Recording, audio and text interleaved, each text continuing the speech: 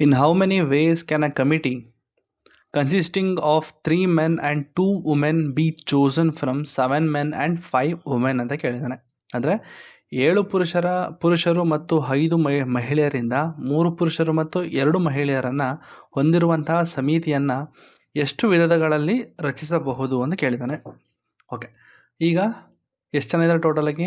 7 ಜನ ಮೆನ್ನು, 5 ಜನ ವುಮೆನ್ ಅಂತ ಅಂದರೆ 7 ಮತ್ತು 5. ಓಕೆನಾ? ಆ 7 ಜನದಲ್ಲಿ 3 ಜನ ಮೆನ್ನನ್ನು ಸೆಲೆಕ್ಟ್ ಮಾಡಬೇಕು ಅಂತಂದರೆ 7C3. ಹೌದಾ? ನೆಕ್ಸ್ಟು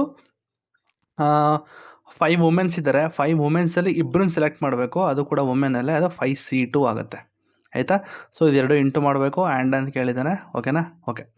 ನೆಕ್ಸ್ಟು 7C3 ಅಂತಂದರೆ 7 ಇಂಟು 6 ಇಂಟು 5 ಆಗುತ್ತೆ, ಡಿವೈಡೆಡ್ ಬೈ 3 ಇಂಟು 2 ಇಂಟು 1. ಹೌದಾ? ಇಂಟು 5C2 ಅಂತಂದರೆ 5 ಇಂಟು 4 ಡಿವೈಡ್ ಬೈ 2 ಇಂಟು 1. ಹೌದಾ? ಸೊ 3 2s 6, 6 ಕ್ಯಾನ್ಸಲ್ ಆಗುತ್ತೆ, 2 1s 2 2s ಆಗುತ್ತೆ, 7 5s 35, 35 ಇಂಟು 5 2s 10 ಆಗುತ್ತೆ.